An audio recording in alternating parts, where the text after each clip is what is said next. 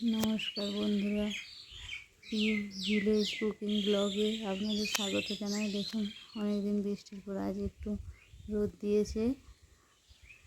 আর আজকে বানাচ্ছি আপনাদের জন্য পুঁটি মাছ ও লাউ পাতা দিয়ে একটি রেসিপি।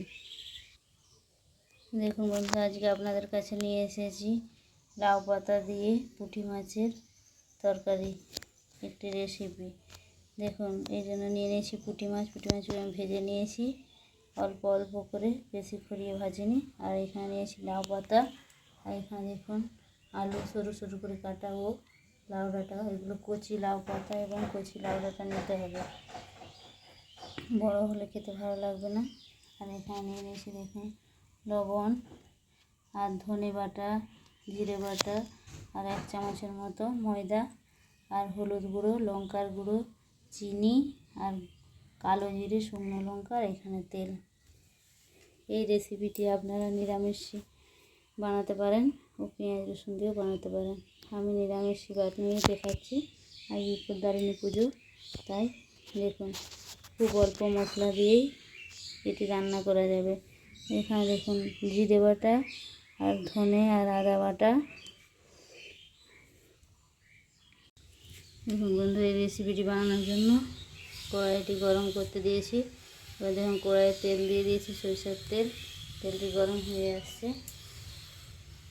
এবার এতে দিয়ে দেবো কেটে রাখা আলু ও লাউয়ের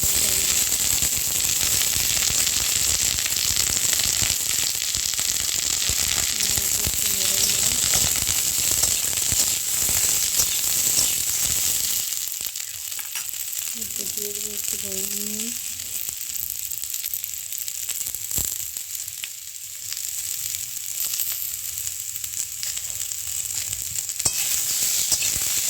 একটু নেড়ে ঢাকা দিয়ে দেবো।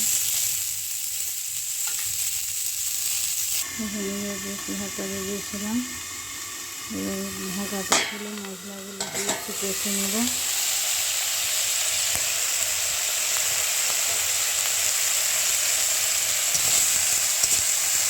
দিয়ে দেবো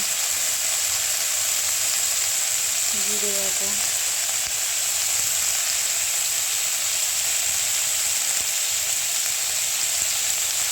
ধনে ও আদা বাটা।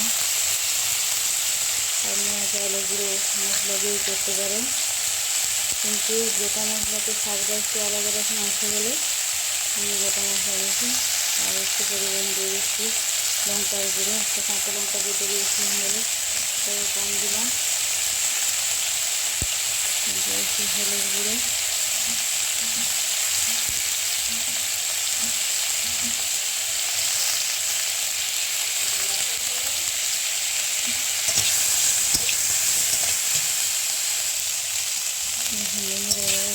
কষে নেব।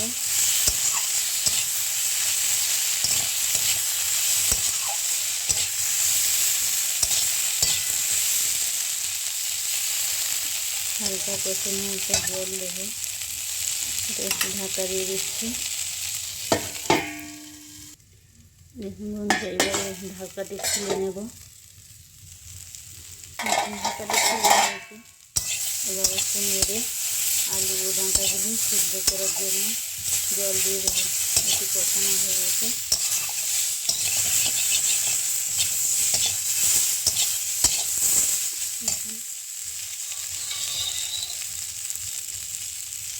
এবার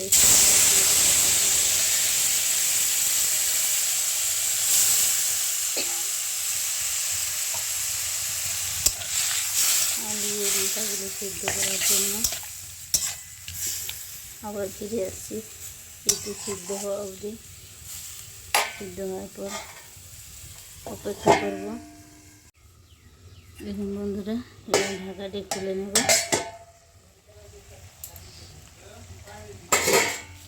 দেখুন এবার এটি নেড়ে কষা কষা হয়ে গেছে, আলুগুলিও সিদ্ধ হয়ে গেছে।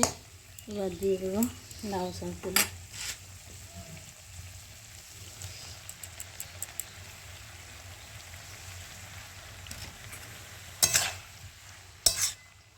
একটু নেড়ে ঢাকা দিয়ে দেবো।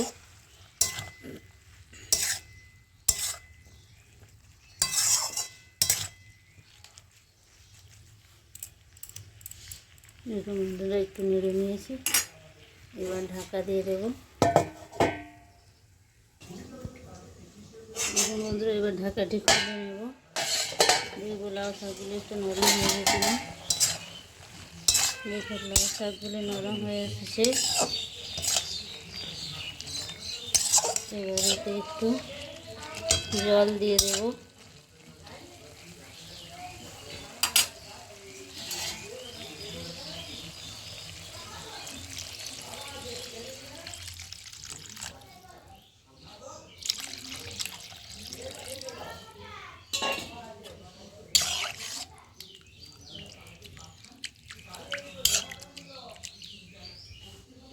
এবার একটু এটা ফুটতে দেবো।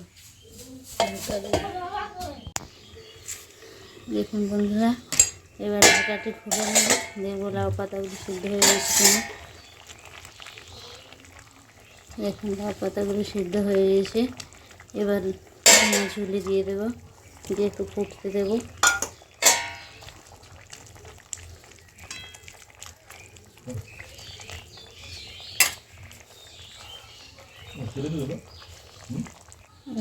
এদিকে একটি বাটিতে 1 চামচ ময়দা দিয়ে একটু পাতলা করে গুলে নেব।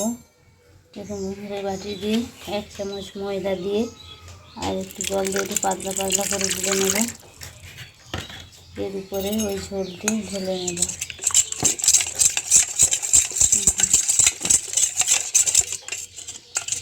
ঢেলা ঢেলে যাতে না হয়ে যায়, ভালো করে গুলে নিতে হবে। ময়দা সবারই বাড়িতেই থাকে। দেখুন পাতলা করে গুলে নিয়েছি। এবার এইদিকে দেখুন পুঁটি মাছ ঝোলটিতে ফুটে গেছে। এরপরে এখানে নামিয়ে নেব। দেখুন বন্ধুরা মাছ দিয়ে এটি ভালো ফুটে গেছে। মাছটি একটু ফুটতে দিয়েছিলাম। এবার দেখুন এটি নামিয়ে নেব। এই গুলে রাখা ময়দাটির উপরে এটি ঢেলে নেব।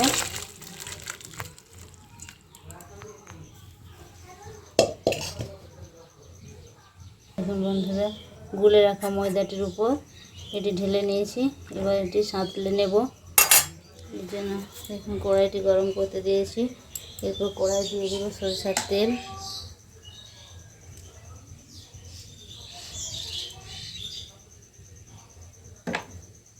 দেখুন বন্ধুরা তেলটি গরম হয়ে গিয়েছে।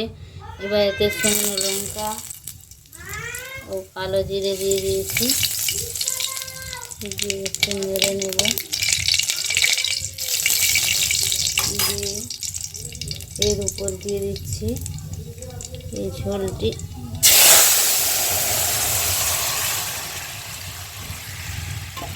একটু কিছুক্ষণ ফুটতে দেব।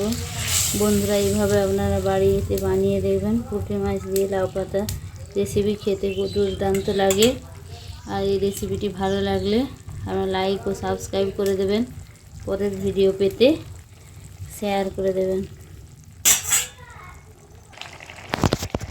দেখুন বন্ধুরা ঝোলটি ফুটে উঠেছে। এবার এটি নামিয়ে নেব। তৈরি হয়ে গেছে আমাদের লাউ পাতা দিয়ে পুঁটি মাছের রেসিপি। আপনারা বাড়িতে এটি বানিয়ে দেখবেন, খেতে দুর্দান্ত লাগে। কোনো বেশি মশলাই লাগছে না। নিরামিষই বানাতেও পারেন। তারা যদি পেঁয়াজ রসুন দিয়ে খেতে ইচ্ছে করে তাও দিতে পারেন। ধন্যবাদ। ভালো থাকবেন, সুস্থ থাকবেন। দেখুন বন্ধুরা এটি এরপর আমরা নামিয়ে নিচ্ছি। এবার এটি নামিয়ে নিয়েছি। ময়দাগুলো কোনো ঢেলাও হয়েছে না। খেতে খুব ভালো লাগবে। ধন্যবাদ। ভালো থাকবেন। লাইক ও সাবস্ক্রাইব করে দেবেন।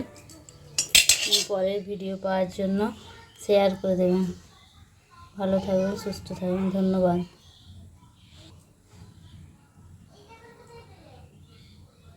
দেখুন বন্ধুরা তৈরি হয়ে গেছে আমাদের মাছের ঝোল রেসিপি।